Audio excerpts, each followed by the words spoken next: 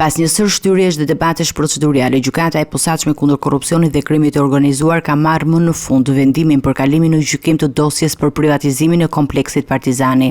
Gjyqtarja Flojera Davilli në seancën e kësaj të hëne pranoi kërkesën e paraqitur nga prokuroria e posaçme duke rrëzuar kërkesën e mbrojtjes që kërkonin pushimin e çështjes për argumentin e pavlefshmërisë së provave. Në këtë dosje, përveç Sali Berishës, të Pandeu Oriane dhe dhëndriti Jamaro Maltezit, 3 biznesmen dhe 2 subjekte juridike.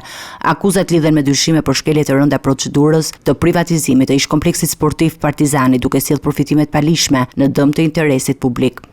Ne në fakt sot paraqitem me shkrim kërkimin për pavlefshmëritë e gjitha akteve të marra nga gjyqtarja Irena Gjoka gjatë hetimit paraprak, sepse ishim koshient dhe të bazuar në ligj që pavlefshmëritë në bazën e 332 gërma C pika 3 pavlefshmëritë kërkohen pikërisht te gjyqtari i seancës paraprake, siç ishte zonja gjyqtare në fjalë. Dhe nuk kishim një hapësirë tjetër ku t'i kërkonim ne këto pavlefshmëri. Dhe nga ana tjetër, ne 128 flet për pavlefshmërinë absolute pikërisht për mungesën e kushteve për të qenë gjyqtar.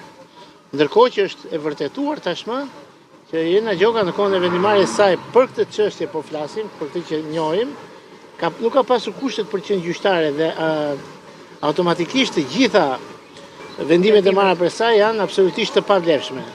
Berisha dhe mbrojtja e tij kanë mohuar në mënyrë të përsëritur akuzat duke e konsideruar çështjen politike më të fabrikuar nga shumica qeverisëse. Nga ana tjetër, SPAK ka këmbgulur në vlefshmërinë e provave dhe në domosdoshmërinë e gjykimit. Dosja Partizani është një nga çështjet më të zhurmshme të viteve të fundit me rëndësi të lartë politike dhe simbolike që do të përbëjë një precedent për përbardhjen e ish funksionarëve të lartë me drejtësinë.